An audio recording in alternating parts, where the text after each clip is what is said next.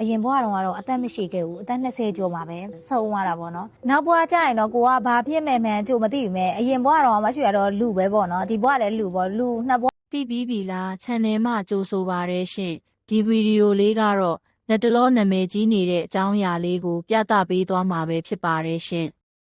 အရင်ဘွားတော့အသက်မရှိခဲ့ဘူးအသက်20ကျော်မှာပဲဆုံးသွားတာပေါ့နော်နောက်ဘွားကျရင်တော့ကိုကဘာဖြစ်မယ်မှန်းကြိုမသိဘူးမဲ့အရင်ဘွားတော့မရှိရတော့လူပဲပေါ့နော်ဒီဘွားလည်းလူပေါ့လူနှစ်ဘွားတော့တည်တယ်ရှေ့ဘွားတွေကလူဖြစ်လားမဖြစ်လားမသိဘူးနောက်ဘွားတွေမှာလည်းလူဖြစ်လားမဖြစ်လားမသိဘူးပေါ့နော်ဒီနေ့ပြောပြမယ်မရှိရလူဝင်စားဆိုတဲ့အကြောင်းလေးဘယ်ကနေဝင်စားလဲဆိုဒီအိမ်ကလူကပဲမရှိအဖြစ်ပြန်ဝင်စားလာတာဇက်လန်လေးကိုပြောပြပေးမယ်မရှိကအရင်ဘွားတော့ကရှေ့တန်းတနေရာမှာလေငှက်ဖျားဖြစ်ပြီးတော့ဆုံးသွားတယ်ငှက်ဖျားဖြစ်ပြီးဆုံးသွားရလို့တော့ပြောကြတယ်ဒါပေမဲ့ရှေ့တန်းမှာတိုက်ပွဲပဲကြတာ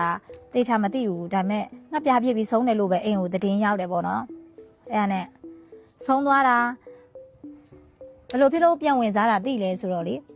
အားလုံးကမမေ့ရော့ဖြစ်သွားပြီသူဆုံးသွားတယ်တော်တော်လေးကြာပြီဆိုတော့လေအဲ့တော့မရွှေတို့အမေနဲ့အဖေနဲ့အိမ်အောင်ကြားတယ်ကွယ်မရွှေတို့အမေကတော့မသိဘူးမရွှေတို့အဖေရဲ့အကိုတယောက်ကအဲ့လိုမျိုးရှေ့ထဲမှာကြားခဲ့တာ तू မသိဘူးအဲ့ချက်မှာအိမ်မက်ထဲမှာပေါ့နော်မရွှေတို့အိမ်ရှေ့လေးမှာအဲ့ဒီမရွှေတို့ဘာကြီးဟိုတုံကအမြဲတမ်းဝတ်တယ်အဲ့ဒီကုတ်လေးတစ်ထည်နဲ့အဲ့ကြောခန့်ရက်လေးလက်ထိုင်နေရပေါ့နော်ထိုင်တော့မေကပြောဟဲ့ဘသူလည်းမသိဘူးပေါ့နော်အိမ်ရှေ့မှာလက်ထိုင်နေပြီးတော့ तू အိမ်မို့တက်လာတယ်ကွယ်မျက်နှာရဲ့တက်တက်ကိုယ်ပဲမမြင်လိုက်ရဘူးအမေကအဲ့လောက်ပဲအိမ်မက်မက်လိုက်တယ်အမေကပြောပြတယ်ပေါ့နော်အိမ်မက်ထဲမှာအဲ့မျိုးထိုင်နေတယ်အဖေကိုပြောပြတော့အဖေကပြောဟဲ့အဲ့ဒီဟိုအင်ကြီးကဘာအယောင်လေးလဲဘလို့ပုံစံလေးလဲမေးလာတော့အမေကအဲ့မျိုးပြောပြတော့ဟဲ့ဒါဆိုသူ့ကိုအမြဲတမ်းဝတ်လေးရှိတဲ့အင်ကြီးပေါ့နော်အဲ့ဒီအကုတ်လေးကအဲ့သူ့ကိုအမြဲတမ်းဝတ်လေးရှိတဲ့ဟာလေးအိမ်မက်ထဲမှာအမေကအဲ့လိုမျိုးမက်တာအမေကသူ့ကိုလည်းတစ်ခါမတွေ့ဘူးဘလို့ဝတ်စားရဲဆိုတာလည်းမသိဘူးအဲ့ဒီအကိုရှိခဲ့မှန်းတော့အမေကမသိဘူး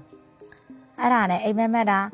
မရှိလို့အဖွားခဲ့ကြတော့သူအိမ်မက်မက်တယ်ကွယ်သူ့သားအိမ်နောက်ဖေးကနေတက်လာတယ်တဲ့တက်လာပြီးတော့ဒီအိမ်မှာသူပြန်ပြီးတော့နေချင်တယ်ပေါ့နော်အဲ့လိုပြောတော့ပေးနေမလားအဲ့လိုပြောတော့မိကြီးကလည်းသူ့သားဆိုကွယ်အေးနေပေါ့နော်အဲ့လိုပြောလိုက်တာအဲ့နဲ့မရှိရ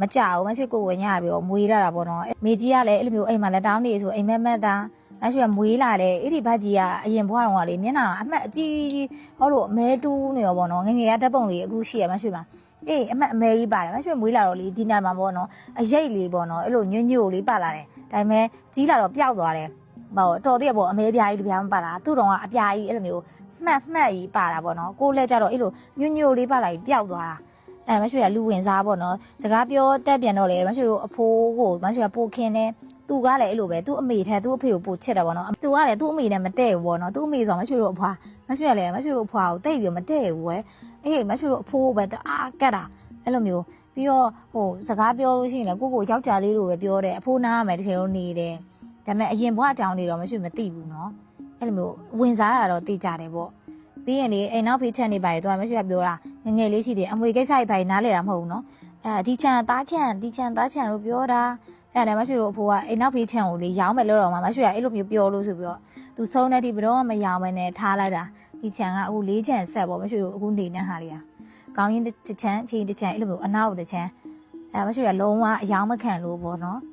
အဲ့ရနဲ့တောက်ခံတာလို့ချန်ကကြံနေတာလို့ဆိုရင်ရောင်းဖြစ်တယ်တော်တော်များလေးဒီအနောက်ဖေးချန်ကိုလက်ဝဲကြတယ်ဟိုတော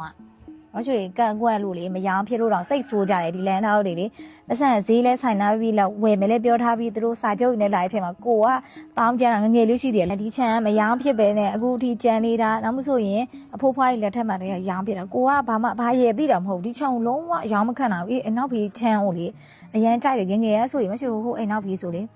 ဟုတ်တာတွေဗာလဲကွန်းပင်တွေအများကြီးပဲကွန်းပင်တွေအာဒလွတ်ပင်တွေချနွင်းပင်တွေမိကြီးတို့လောက်တာနှွဲပင်ကြီးဆိုတော့နှွဲအလိုမျိုးဟောလောက်ကြီးနှွဲတွေစီးလို့ရတယ်ဒီဘက်ခြံနဲ့ဒီအခုဘေးရှိတဲ့ခြံနဲ့ဆိုလို့ရှိရင်နှစ်ခြံကလေပုံစံတူပဲအရှိကြီးအနောက်ဒါပေမဲ့ဒီဘက်ခြံကကြတော့စိတ်ပြီးရောင်းလိုက်တော့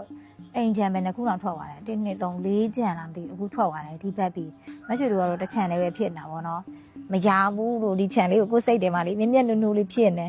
အဲ့လိုမျိုးအဲ့ဒါပြောပြတာလူဝင်စားဖြစ်ခဲ့တဲ့အကြောင်းအရင်ဘွားတော်ကတော့အသက်မရှိခဲ့ဘူးအသက်20ကျော်မှာပဲ